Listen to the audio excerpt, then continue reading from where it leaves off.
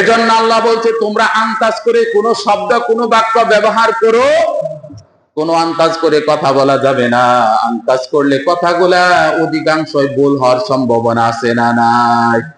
সেই সম্পর্কে আজকে আমি আলোচনা করব। সূরাতুল হুজরাতের 12 নম্বর আয়াতে আল্লাহ আন্দাজ সম্পর্কে আলোচনা করেছেন। পড়েন আমার সাথে সবাই, আউযু বিল্লাহি মিনাশ শাইতানির রাজীম, বিসমিল্লাহির রহমানির রহিম।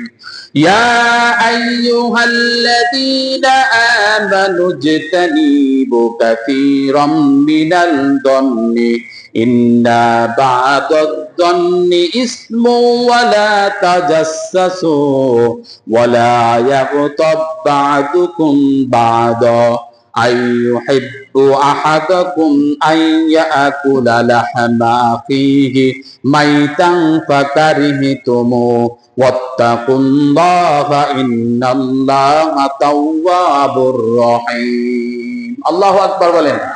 আল্লাহ ডাকতে বলছেন, ও বান্দা তোমরা ধারণা করে কথা বলো না। ধারণা করে কথা বলি না আমরা?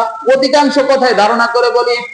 যেরকম মনে করেন একজন ছেলে একটা বোরকা পরা মেয়ে নিয়ে রিকশায় যাইতেছে, আমি দেখা বললাম অমুকে তমুকের মেয়ে নিয়ে ঘুরতেছে। আসলে মেয়ে তো সেটা তার আপন বাগ্নি হতে পারে, হতে পারে না? বোরকা পরে মামাই নিয়ে যাইতেছে, আর তার আপন বোনও তো হতে পারে, সেটাও হতে পারে। কিন্তু আমি ধারণা করে এসে বললাম, এলাকার মধ্যে ছটাই দিলাম, অমুকের ছেলে একটা মেয়ে নিয়ে দেখলাম রিকশায় বাগানে, তারপরে পার্কে যে ঘুরতেছে। ঠিক না? ঠিক না? এজন্য আল্লাহ বলছেন ধারণা করে কোনো কথা বলবা না। তোমার কাছে যদি কোনো কাফের বেঈমান মুশরিক যদি খবর নিয়ে আসে, আগে কি করবেন? আগে কি করবেন? যাচাই করা আগে কথাটা সত্য কিনা। সত্য না হলে মিথ্যা কথার উপর ধারণা করে কোনো কথা বলা যাবে না। এই যে আমরা ফেসবুক চালাই, ফেসবুকের মধ্যে ধারণা করে একটা স্ট্যাটাস দিয়ে দিয়ে আসে না নাই? এই ফেসবুক দিয়ে আপনি সওয়াব কামাই করতে পারবেন। এই ফেসবুক দিয়ে আপনি আল্লাহর বিধানগুলো বর্ণনা করতে পারবেন, ভালো ভালো স্ট্যাটাস দিতে পারবেন, খুব সুন্দর সুন্দর কথা লিখতে পারবেন, সুবহানাল্লাহ বলতে পারবেন, আলহামদুলিল্লাহ বলতে পারবেন, আল্লাহু আকবার বলতে পারবেন। এগুলো যদি বলেন, যে করবে তারও সওয়াব হবে, আপনারও সওয়াব হবে। কিন্তু এমন একটা নিউজ পাইলেন তার কোনো ভিত্তি নাই, আন্দাজ করে লিখে পাঠায় দিলেন, আল্লাহ বললেন তোমার কবিরা গুনাহ হয়ে গেল। নাউজুবিল্লাহ বলেন। তোমার কবিরা গুনাহ হয়ে গেল। মুসা আলাইহিস সালাম আল্লাহর সাথে সরাসরি কথা বলতেন। কথাগুলো শুনেন, ঘুমাইছেন না। খুব দামি কথা, কোরআনের কথা দামি কথা না? হ্যাঁ বলেন, আপনারা বলেন না কে দামি কথা না? কোরআনের কথার চাইতে, আল্লাহর কথার চাইতে কারো কথা দামি হতে পারে? হ্যাঁ, সেই কথা শুনে যদি ঘুমান খারাপ লাগে না? হ্যাঁ, সেই কথা শুনে ঘুমায়েন না। আল্লাহর কোরআনের কথার চাইতে দামি কথা আর কারো নাই। আল্লাহর কথার চাইতে উত্তম কথা আর কেউর কারো নাই। সেই উত্তম কথাগুলো আল্লাহ কোরআনে বলছেন। মুসা আলাইহিস সালাম সরাসরি আল্লাহর সাথে কথা বলতেন। আল্লাহর কাছে বললেন, আল্লাহ আপনার সাথে আমার একটা ডিল হবে, পার্সোনাল একটা আলাপ হবে, এমন একটা বাক্য আমারে শিখায়া দেন যে বাক্যটা পৃথিবীর কেউ জানে না, আমি আর আপনি জানি। সেই বাক্যটা পড়ে আমি আপনার শুকরিয়া আদায় করব। সুবহানাল্লাহ বলেন। আল্লাহ ডাক দিয়ে বললেন, মুসা পড়ো সুবহানাল্লাহ, আলহামদুলিল্লাহ, ওয়ালা ইলাহা ইল্লাহু আকবার ওয়ালিল্লাহিল হামদ। মুসা আলাইহিস সালাম বলেন, আল্লাহ এটা তো ইন্টারন্যাশনাল জিকির, এটা তো সবাই জানে, এটা তো ইন্টারন্যাশনাল জিকির, এটা তো সবাই জানে। আল্লাহ বলেন, এই কথার চাইতে দামি কথা আর কিছু নাই, আমি তোমারে শিখাই দিলাম, তুমি পড়ো। বলেন সুবহানাল্লাহ ওয়ালহামদুলিল্লাহ ওয়ালা ইলাহা ইল্লাহু আকবার ওয়ালিল্লাহিল হামদ। এর চাইতে দামি কথা, উত্তম কথা আর কোনো কিছুই হতে পারে? আল্লাহর একটা কথা সুবহানাল্লাহ সারা দুনিয়াটা একটা পাল্লার উপর ওজন দিবে, আর সুবহানাল্লাহটা আপনি বলছেন, সেই সুবহানাল্লাহটা একটা পাল্লার উপর ওজন দিবে। নিমেষেই দেখবেন সুবহানাল্লাহর পাল্লাটা ভারী হয়ে যাবে। এজন্য যখনই সময় পান, যখনই অবসর পান, তখনই পড়তে লাগবেন সুবহানাল্লাহ ওয়ালহামদুলিল্লাহ লা ইলাহা ইল্লাল্লাহ সুবহানাল্লাহ ওয়ালহামদুলিল্লাহ লা ইলাহা ইল্লাল্লাহ। আল্লাহু আকবার। মজা লাগে না? মজা লাগে না? এটা তো মজার জিনিস, কিন্তু আমরা মজা খুঁজি আরেক জায়গায় যাই, ঠিক কিনা? অন্য জায়গায় যা মজা খুঁজি, কিন্তু সেই জায়গায় মজা খোঁজা যাবে না। মজা যদি লাগাইতে চান, কোরআনের মজা অন্তরে লাগান, নামাজের মজা অন্তরে লাগান, রোজার মজা অন্তরে লাগান, আল্লাহর জিকির অন্তরে লাগান, দেখবেন দিলটা পরিষ্কার হয়ে যাবে, ঠান্ডা হয়ে যাবে। আল্লাহর জিকির যদি আপনি করেন, অন্তরটা পরিষ্কার করে সেখানে আল্লাহ রহমত নাজিল করে দিবে। সুবহানাল্লাহ। এজন্য আল্লাহ বলছে আন্তাজ করে কোনো কথা বলা যাবে না। না, কোন আন্তাজ করে কথা বলা যাবে না। আন্তাজের কথা আল্লাহ নাই না, আন্তাজের কথা আল্লাহ গ্রহণ করে না। এজন্য আল্লাহ বলছেন ইয়া আইয়ুহাল্লাযীনা আমানু, ঈমানদাররা, ইজতানিবু কাসীরাম মিনাদ-দন্নি। কাসির, কাসির মানে অধিক, কাসির তোমাদের অধিকাংশই আন্তাজ করে কথা বলে, ধারণা করে কথা বলে। ইন্না বাদাদ-দন্নি ইসমু ওয়ালা তাজাসসু, এটা নিশ্চয় একটা বড় ধরনের গুনাহ, এটা বড় ধরনের একটা অপরাধ। আন্তাজ করে কথা বলা যাবে না। আন্তাজ করে কথা বললে সেই কথা আল্লাহ কখনো গ্রহণ করবে না। ছোট্ট একটা ঘটনা বলি। মা আয়েশা রাদিয়াল্লাহু তাআলা আনহা, বিশ্বনবী যখন যুদ্ধে যাইতেন, এই যে শুনতেছেন কথা, হ্যাঁ শুনেন শুনেন ভাই শুনেন, বিশ্বনবী যখন যুদ্ধে যাইতেন তখন একটা লটারি দিতেন। কি দিতেন? লটারি দিতেন। তার সাথে কোন স্ত্রী যাবে, স্ত্রী তো 9টা থেকে মতান্তরে 13টা, আর কোন স্ত্রী যাবে যদি কাউকে বলে যে তুমি আমার সাথে যাও, অন্য স্ত্রীরা রাগান্বিত হবে না, একটু মনক্ষুণ্ণ হবে না? হওয়াটাই স্বাভাবিক। একজনের 2 স্ত্রী থাকলে তার খবর আছে, আছে না ভাই? হ্যাঁ, কেউ যদি কারো যদি নিচে নামাইতে চান, বেশি কিছু না, তার 1 নম্বরে হলো 2টা বিয়ে করে দেন, আর 2 নম্বরে নির্বাচনে দাঁড় করে দেন, দেখবেন এমনি জীবন শেষ। হ্যাঁ ঠিক না? এমনি জীবন শেষ। 2টা বিয়ে করে দেন, 2 নম্বরে দেখবেন যে একটা নির্বাচনে দাঁড় করে দেন, জীবন এমনি শেষ, টানা টানা একবারে। বিশ্বনবী লটারি দিতেন, কোন যুদ্ধে কোন স্ত্রী তার সাথে যাইবেন। লটারির মাধ্যমে যে স্ত্রীর নাম উঠতো সেই স্ত্রীকে নিয়ে যুদ্ধের ময়দানে যেতেন। এই যুদ্ধের মধ্যে বিশ্বনবী লটারি দিলেন, লটারির মধ্যে মা আয়েশার নামটা উঠে আসলো। সুবহানাল্লাহ বলেন। দেখেন, ধারণা করে কথা বললে কি হয়, মিথ্যা কথা বললে কি হয়, তার ঘটনাটা এটা। ইফকের ঘটনা বলতেছি, মা আয়েশার সম্পর্কে যে মিথ্যা অপবাদের ঘটনা সেটা বলতেছি। বিশ্বনবী যুদ্ধের ময়দানে গেলেন, সেই যুদ্ধের ময়দানেও মদিনার সবচেয়ে বড় মুনাফিক আব্দুল্লাহ বিন উবাই ইবনে সলুল সেও গেল। এই মুনাফিক কখনো ভালো কাজ করে নাই, সব সময় ইসলামের ক্ষতি করেছে। কাফেররা ইসলামের যতটা ক্ষতি করে, মুনাফিক তার চাইতে বেশি ক্ষতি করে, ঠিক না? কাফের তারে চিনা যায় যে এটা কাফের, আমাদের বিরুদ্ধে কথা বলে, আমাদের বিরুদ্ধে থাকে। কিন্তু মুনাফিক আপনার পিছনে নামাজ পড়বে, আপনাকে আবার বাস দিবে, ঠিক না? আপনার পিছনে নামাজ পড়বে, আবার আপনারে কি দিবে? বাস দিবে। দিয়েন বাস, আমাগো জীবন থাকতে দিয়েন না, মরার সময় দিয়েন। মরার সময় দিলে কবরে কাজে লাগবে, ঠিক না? মরার পরে দিন, আগে দিয়েন না, তাই না? এই দেখবেন, এই মুনাফিক সবচেয়ে ইসলামের খুব বড় ক্ষতি করেছে। এই মুনাফিক সেই যুদ্ধের ময়দানে গেছে, যুদ্ধের ময়দান, যুদ্ধ হয়ে গেল। যুদ্ধ থেকে আসার সময় বিশ্বনবী আসার সময় একটা ঝর্ণার পাশে দেখলেন, দাঁড়ালেন। ঝর্ণার পাশে দাঁড়ানোর পরে মুহাজির এবং আনসারদের মধ্যে পানি বক্ষণ করার জন্য, পানি পান করার জন্য তাদের মধ্যে কথা কাটাকাটি লেগে গেল। কথা কাটাকাটি তো স্বাভাবিক লাগেই। একটা ঝর্ণার পাশে পানি, সেই পানি পান করার সময় আনসার এবং মুহাজির, এটা তো জানেন আনসার এবং মুহাজির কারা। মক্কায় থেকে যারা হিজরত করে মদিনায় গেছে তারা হলো আনসার, তারা হলো কি? আনসার। আর যারা সাহায্য করেছে মদিনার লোক, তারা হলো কি? মুহাজির। মুহাজিররা কেমন সাহায্য করেছে? নিজের 2টা বউ একটা তালাক দিয়ে আনসারদের দিয়ে দিয়েছে। সুবহানাল্লাহ বলবেন না? নিজের 2টা ঘর, একটা ঘর আনসারদেরকে দিয়ে দিয়েছেন, আরেকটা ঘর নিজের কাছে রেখেছেন। তার মানে এতটুকু স্যাক্রিফাইস করেছে, নিজের বউকে তালাক দিয়ে, 2টা থাকলে 3টা থাকলে তালাক দিয়ে আরেকজনকে আনসারদেরকে দিয়ে দিছে। এতটা সাহায্য করেছে, এতটা বিনয়ী, এতটা নম্র, এতটা ভদ্র। তারপরে তাদের মধ্যে পানি পান করা সম্পর্কে কথা কাটাকাটি লেগে গেল। কথা কারোর মধ্যে যদি ঝগড়া লাগে, কিছু কিছু মানুষ আছে দেখবেন ঝগড়ার মধ্যে কেরোসিন তেল ঢেলে দেয়, একটু আগুন ধরলে তার মধ্যে পেট্রোল ঢেলে দেয়, আছে না নাই? এইরকম হলো মদিনার সবচেয়ে বড় মুনাফিক আব্দুল্লাহ বিন উবাই। তাদের মধ্যে কথা কাটাকাটি লাগছে, সে যে ঠান্ডা করবে, ঠান্ডা করার পরিবর্তে বলতেছে, ও মুহাজির, তোমরা আনসারদেরকে সাহায্য করেছ, তাদেরকে নিজের স্ত্রী দিয়েছ, ঘর দিয়েছ, তারপরেও দেখো তারা তোমাদের সাথে কেমন ব্যবহার করে। তারা তোমাদের মাথার উপর, ঘাড়ের উপর চেপে বসেছে, তোমাদেরকে বিন্দু মাত্র ছাড় দেয় না। রাসূলুল্লাহ বলেন, তার মানে ঝগড়ার মধ্যে কি করলো? ঠিক আছে, তেল আর একটু কি ঢেলে দিল, আগুন ধরছে আর একটু পেট্রোল ঢেলে দিল। বিশ্বনবী বললেন এই জায়গায় যদি আমি কিছু সময় রেস্ট করি, কিছু সময় বিশ্রাম নেই, ঝগড়াটা আরো বেড়ে যাবে। কথা বলেন ঠিক কিনা? বিশ্বনবী সেই জায়গায় অপেক্ষা না করে হাঁটা শুরু করলেন। হাঁটতে হাঁটতে সফরের প্রায় শেষ প্রান্তে মদিনার দ্বারের কাছে এসে গেলেন। কিন্তু সবাই তো ক্লান্ত, যুদ্ধ করেছে, ভালো খাবার দাবার নাই, সবাই ক্লান্ত।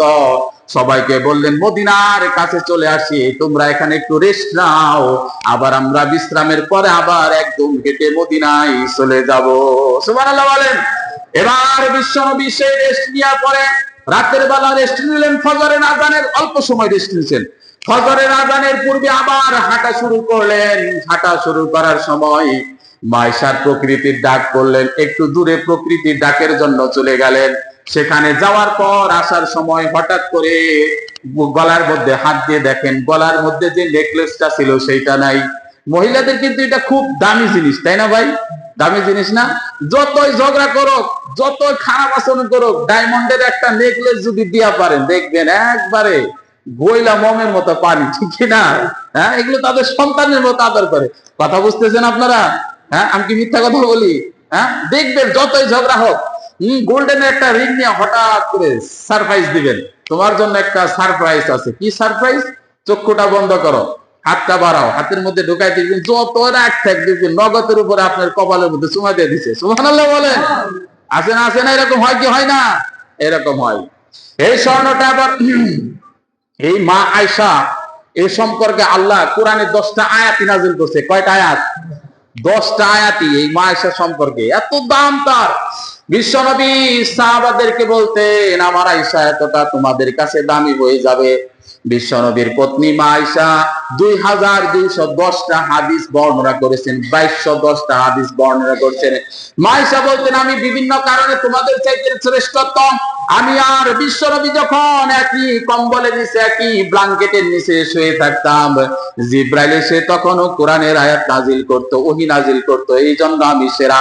আমার উঠোনের মধ্যে, আমার পাঠার মধ্যে বিশ্বনবী মাথা রেখে ঘুমাইতো, সেই সময় আল্লাহর জিব্রাইল এসে কোরআনের আয়াত নাজিল করতো, এই জন্য আমি সেরা।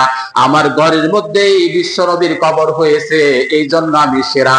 তার মানে বিশ্বনবীর একটা মাত্র কুমারী বউ ছিল মা আয়েশা, মা আয়েশা ছাড়া আর কোনো কুমারী বউ ছিল না, এই জন্য আমি সেরা। নানান কারণে সেরা। সুবহানাল্লাহ বলেন। এবার এই মা আয়েশার জন্য আরেকটা ঘটনা আছে। মা আয়েশা আরেকদিন এক যুদ্ধে গেছে, যুদ্ধে যাওয়ার পর আবার একটা গলার নেকলেস হারিয়ে ফেলছে। হারিয়ে ফেলার পর ফজরের আজান হয়ে গেছে। আজানের পরে নামাজ পড়ার জন্য কেউ আর পানি পাইতেছে না, তাড়াতাড়ি করে নামাজ আদায় করবে। নেকলেসটা খুঁজতে খুঁজতে সময় চলে গেছে। সব সাহাবারা বলতেছে আবু বকরের মেয়ের জন্য এই কাহিনীটা হয়েছে, এই কারণ হয়েছে আমরা নামাজ পড়তে পারলাম না, ওযুর পানি পাইলাম না। ওযুর পানি না পাইলে তো নামাজও হবে হবে হবে ওযুর নামাজ না, ওযু না করলে নামাজও হবে না। এবার বিশ্বনবীর ঘরের ভিতরে ঢুকে দেখেন মা আয়েশা বিশ্বনবীর কাছে শুয়ে রয়েছে। হযরত আবু বকর এইভাবে আঙ্গুল দিয়ে মা আয়েশার পেটের মধ্যে একটা খোঁচা মারছে, জোরে করে। বুখারীর বর্ণনা। এই তোর জন্য তোর নেকলেস হারাইছে দেখে এতগুলা মানুষ নামাজ পড়তে পারে না, পানি পাবে কোথায়? পানির কাছে যাওয়া লাগবে, তারপরে ওযু করা লাগবে, তারপরে নামাজ। সেই সময় জিবরাইল এসে আল্লাহর নবীকে বললেন এই আয়েশার জন্য সমস্ত মুসলিম উম্মার জন্য একটা বিধান নাজিল করে দিয়েছেন আল্লাহ। তোমরা যদি পানি না পাও তায়াম্মুম করে নামাজ পড়ো, সেটা ওযু হয়ে নামাজ হয়ে যাবে। সুবহানাল্লাহ। এই আয়েশার জন্য একটা বিধান আমরা পেয়েছি। কার জন্য? বলে না, বলে না। মা আয়েশার জন্য একটা বিধান পেয়েছি। তার নেকলেস হারাইছে, সবাই খোঁজাখুঁজি করতে করতে ফজরের প্রায় শেষ, সুবহ সাদিক হয়ে গেছে, প্রায় সূর্য উঠতেছে প্রায়। এখন ও আমাদের মতো তার পানির ব্যবস্থা নাই, মসজিদের পাশেই পানির ব্যবস্থা, ইচ্ছা মতো ফুরাই আমরা, ঠিক আছে? হ্যাঁ, ওযু করতে লাগবে এক বদনা, ফুরাই 3 বদনা, জবাব দিতে হয় কার কাছে? আবার অনেকে আছে কল ছাইড়াই চলে আসে, আছে না ভাই? আছে না? কল ছাইড়াই চলে আসে, অযথা পানি পড়তেছে, হিসাব দিতে হবে। এরকম পানি আর নাই, পানির কাছে যেতে গেলে 10 মিনিট 20 মিনিট লাগবে। এই সময় আল্লাহ জিবরাইলকে পাঠিয়ে দিয়ে বললেন ও জিবরাইল তুমি বিশ্বনবীকে বলে দাও মা আয়েশার কারণে মুসলিম উম্মার জন্য একটা বিধান আমি নাজিল করে দিলাম। সেই বিধানটা হলো বালুর মধ্যে হাত দিয়ে 1 নাম্বার নিয়ত করবা, 2 নাম্বারে মুখ মাসওয়া করবা, 3 নাম্বারে কোন সময় মাসওয়া করবা, তোমার ওযু হয়ে যাবে, নামাজও হয়ে যাবে। সুবহানাল্লাহ। মা আয়েশার জন্য এটা পেলাম না আমরা, আলহামদুলিল্লাহ বলি। এজন্য শ্রেষ্ঠ, এজন্য সেরা।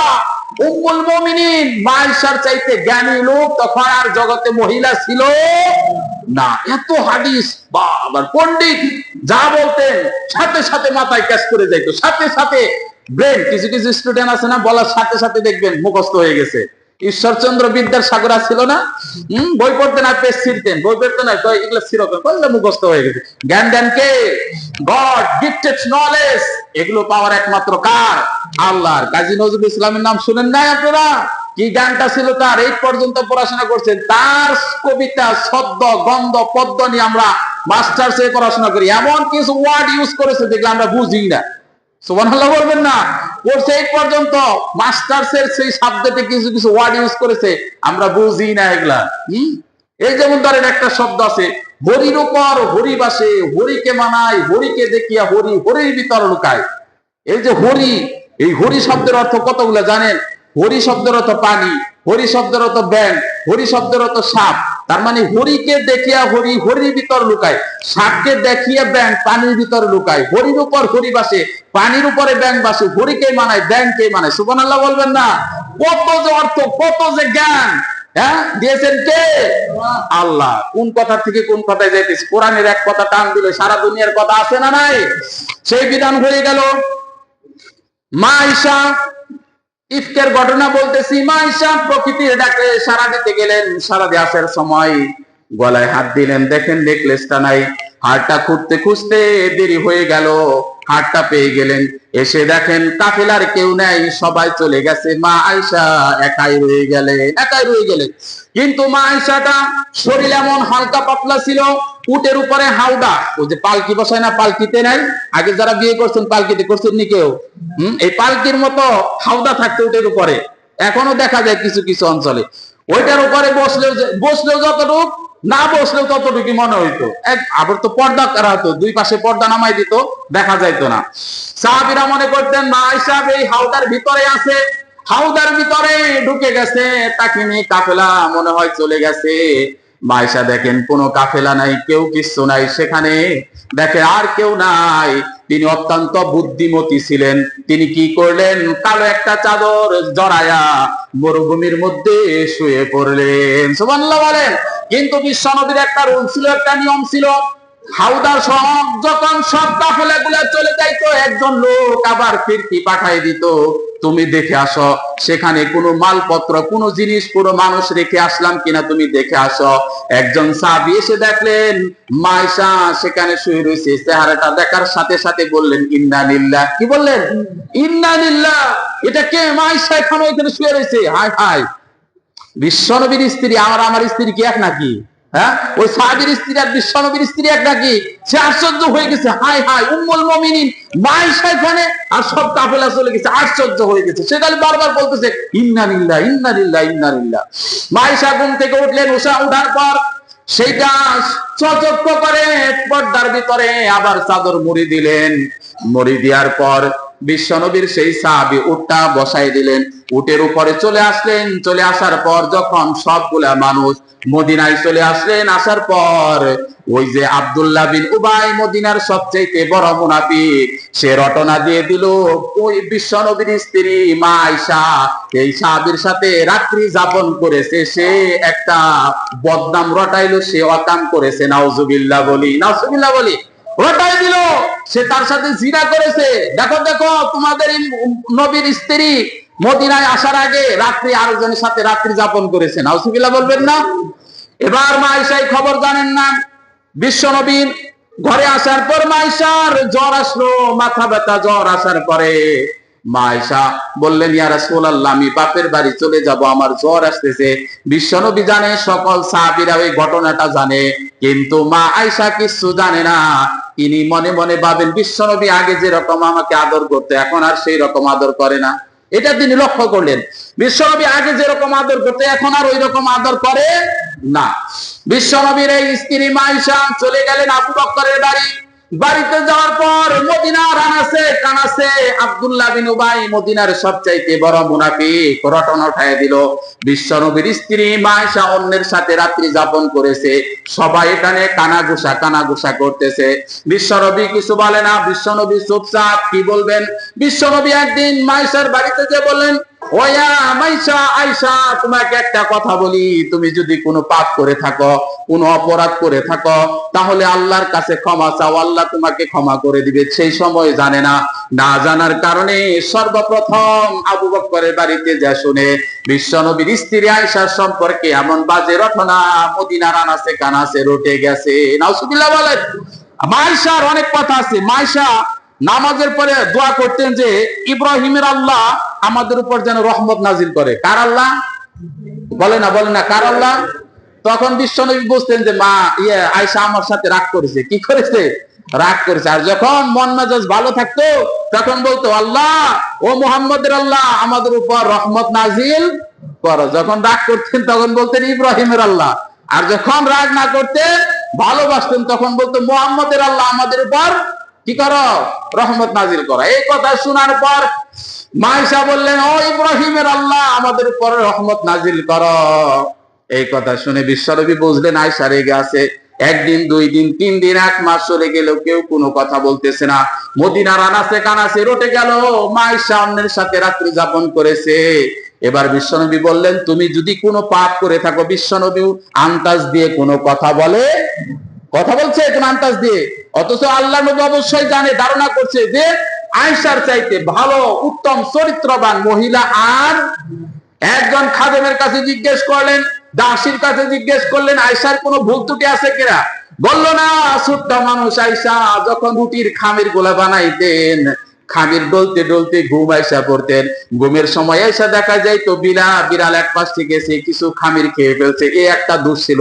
তাছাড়া আমি আর কোনোদিন তার কোনো দোষ দেখি নাই। সুবহানাল্লাহ বলেন। ছোট্ট মানুষ তো, খামির, এখন তো সবকিছু হয় মেশিনে হয় না, তখন হাতে ডলতে হইতো। ওই খামির ডলতে ডলতে ঘুম আয়েশা পড়তো। ঘুম আসলে বিড়াল আয়েশা কিছু খামির খাইতো, এটা ছিল তার দোষ, ঘুম আয়েশা পড়তো। এই ছাড়া আমি তার কোন অপরাধ দেখি নাই, তার কোনো অপরাধ দেখি নাই। বিশ্বনবী এইভাবে রইলেন 1 দিন, 2 দিন, 3 দিন, 40 দিন চলে গেল। আল্লাহর কাছে দোয়া করলেন। 40 দিন পর আল্লাহ নূরের 10টা আয়াত নাজিল করে মা আয়েশার পবিত্রতা ঘোষণা করে সার্টিফিকেট দিয়ে দিলেন। সুবহানাল্লাহ বলেন।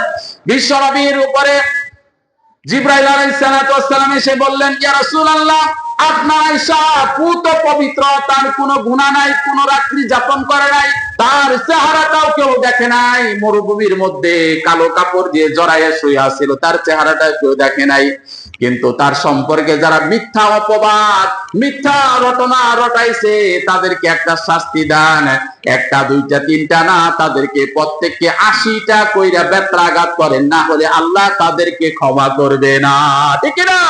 এজন্য আল্লাহ বলছেন, ইয়া আইয়ুহাল্লাযীনা আমানু জিতানিবু কাসীরাম মিনাজ-যন্নি ইন্না বা'দাদ-যন্নি ইসমুন ওয়া লা তাজাসসাসু। অনুমান করে কোনো কথা বলা যাবে? বলে না বলা যাবে? এই অনুমান করে কথা বলার কারণে তারা অনুমান করে আব্দুল্লাহ বিন উবাই মদিনার সবচেয়ে বড় মুনাফিক। অনুমান করে কথা বলার কারণে আল্লাহ বললেন ওদেরকে 80টা করে বেত্রাঘাত করো। আমাদের সমাজেও যারা অনুমান করে কথা বলে তাদেরকেও 80টা করে বেত্রাঘাত করার দরকার আছে না নাই? ফেসবুকের মধ্যে স্ট্যাটাস দিল, অমুকের টাকা অমুকে খেয়ে ফেলাছে, আছে না নাই? এই কথা বলেন, আছে না নাই? অনুমান করে কথা বললেন, ফেসবুকে দিয়ে দিলেন একটা স্ট্যাটাস, হুজুরের টাকা অমুকে খেয়ে ফেলাছে, অমুকে দেয় নাই, অমুকে নাই, আছে না নাই? এই কথা বলেন, আছে না নাই? অনুমান করে আপনি কেন কথা বললেন? অনুমানের কথা আল্লাহ নিষেধ করেছেন। অনুমানের কথা বেশিরভাগই ভুল হয়, সেজন্য আমার কথা না, আল্লাহর কোরআনের কথা। আল্লাহ বলছেন অনুমান করে কথা বলো না। অনুমান করে কথা বললে তোমাদের সবচাইতে বড় কবিরা গুনাহ হয়ে যাবে। কিয়ামতের দিন বিশ্বনবী মেরাজে গেলেন। মেরাজে যাওয়ার পর কিছু লোককে দেখলেন জিহ্বাটা কাশি দিয়ে, আগুনের কাশি দিয়ে কাটতেছে। বিশ্বনবী জিজ্ঞেস করলেন, ফেরেশতারা এদের কি সমস্যা, এদের এমন হচ্ছে কেন? বলল, ইয়া রাসূলুল্লাহ, যারা দুনিয়ায় থাকতে মানুষকে মিথ্যা অপবাদ দিত, অনুমান করে কথা বলতো, তাদের জিহ্বাটা সারা জিন্দেগি পর্যন্ত আগুনের কেসি দিয়ে কাটা হবে। কাটবে, আবার জোড়া লাগবে, আবার কাটবে, আবার জোড়া লাগবে, আবার কাটবে। আগুনের বড় বড় গলার মতো খাবার গুলা খাইয়ে দেওয়া হচ্ছে, মুখ দিয়ে হচ্ছে, পিছনের রাস্তা দিয়ে সবকিছু বের করে, নারী বুড়ি বের করে দিচ্ছে। তাদেরকে বলা হতো যারা মিথ্যা অপবাদ দেয়, মিথ্যা কথা বলে, তাদেরকে এই শাস্তিটা দেওয়া হচ্ছে। তার মানে মিথ্যা অপবাদ, মিথ্যা কথা যদি আপনি বলেন, এর চাইতে বড় গুনাহ আর হয়ে থাকে না, ঠিক না? আপনি চিন্তা করে দেখেন, হঠাৎ করে দেখছেন এক লোক এক মহিলা নিয়ে ঘুরতেছে, আপনি অনুমান করতেছেন এটা মনে হয় অমুকের বউ, অমুকের সাথে ঘুরতেছে। যাক বললেন, ভাই আপনি তো দুনিয়ার খোঁজ খবর রাখেন না, আপনার বউ অমুকের সাথে ঘুরতেছে দেখলাম। আসলে সে না হতে পারে, অনুমান করে বলছেন। এই কথার উপর ভিত্তি করে শেষ পর্যন্ত দেখা যায় স্বামী স্ত্রীর ডিভোর্স পর্যন্ত হয়ে যায়, ঠিক না? শেষ পর্যন্ত দেখা যায় ডিভোর্স পর্যন্ত হয়ে যায় এই কথার অনুমান করে ভিত্তি করে। দুজনের মধ্যে ঝগড়া লাগে, ঝগড়া লাগবে শয়তান এসে আগুন ডাইলা দেয়, শয়তান এসে পেট্রোল ডাইলা দিল, আস্তে আস্তে দুজনের ঝগড়া আস্তে আস্তে বড় হতে লাগবে, শেষ পর্যন্ত দেখা যায় ডিভোর্স হয়ে যায়। আপনার ছোট্ট একটা কথার কারণে একটা সংসার ভেঙে গেল, আপনি কি ছোট হেলা খেলা মনে করছেন? এজন্য আন্দাজ করে কথা বলা যাবে, বলবেন কেউ? এজন্য রাসূল সাল্লাল্লাহু আলাইহি ওয়াসাল্লামকে বলছে, হে নবী, আপনার কাছে যদি কোনো কাফের বেঈমান মুশরিক খবর নিয়ে আসে, আপনি বিশ্বাস করবেন না, আগে যাচাই করেন। আগে কি করেন? আগে যাচাই করেন। কাফের বেঈমান মুশরিক আর যারা আন্দাজ করে কথা বলে অধিকাংশই কথা ভুল, অধিকাংশই কথা ভুল, আপনি তাদের কথা বিশ্বাস করবেন না, আগে যাচাই করেন, তারপরে কথাগুলা আপনি জনতার মাঝে, মানুষের মাঝে ছড়াই দেন। এজন্য আল্লাহ বলছেন, ইয়া আইয়ুহাল্লাযীনা আমানু জিতানিবু কাসীরাম মিনাদ-দন্নি ইন্না বা'দাদ-দন্নি ইসমু ওয়ালা তাজাসসাসু ওয়ালা ইয়াগতাব বা'দুকুম বা'দান আরবা। আল্লাহ বললেন, ও দুনিয়ার গোলাম, তোমরা আন্দাজ করে কথা বলো না, তোমরা ভিত্তি করে কথা বলো না, আন্দাজের উপর ভিত্তি করে কথা বলো না। আন্দাজের উপর ভিত্তি করে কথা বললে অধিকাংশ কথাটাই ভুল হয়ে যায়। এমন কথা থেকে তোমরা বেঁচে থাকা, না হলে তোমাদের কবিরা গুনাহ হয়ে যাবে, ঠিক না? আবার কিছু কিছু মানুষ দেখবে খালি ভুল ধরার তালে আছে। কেমনে ভুল ধরা যায়? আছে না ভাই, আছে না? শুনতেছেন কথা, আছে না? এরকম কিছু লোক আছে খালি ভুল ধরার তালে আছে। এক হুজুর এক এলাকায় দাওয়াত খাইতে গেছে, মনে করেন হুজুর নতুন এক হুজুর আসছে মসজিদে। এখন যে বাড়িতে, অনেক বাড়ি আছে না মসজিদের জন্য 30টা বাড়ি নির্ধারণ করে দেয় খাই, যে বাড়িতে খাই ওই বাড়িতে খালি ভুল ধরে। লবণ কম হয়েছে, ডাইলে পানি বেশি হয়েছে, এইটা সেইটা জাল বেশি হয়েছে, সিদ্ধ হয় নাই, খালি ভুল ধরে, খালি ভুল ধরে। ভুল ধরার পর এক নতুন মেয়ে ওই এলাকায় বিয়ে হয়েছে, তিনি এই খবরটা শুনলেন। শোনার পর ওই হুজুর কি কি ভুল ধরে, খাবারে কি কি ভুল ধরে সব লিস্ট করলেন। লিস্ট করার পর সবগুলা এরকম সঠিক সুন্দরভাবে একদিন রান্না করলেন। রান্না করার পর এই হুজুরকে দিলেন দাওয়াত দিলেন। হুজুর খুব সুন্দরভাবে খাইলেন। খাওয়ার পর এখন তার ভুল ধরা কিছু নাই। লাস্টে বলল যে হুজুর আজকে কোনো ভুল হয়েছে না কিনা ভালো হয়েছে? কয় ভুল হয় নাই, তবে এত ভালো না।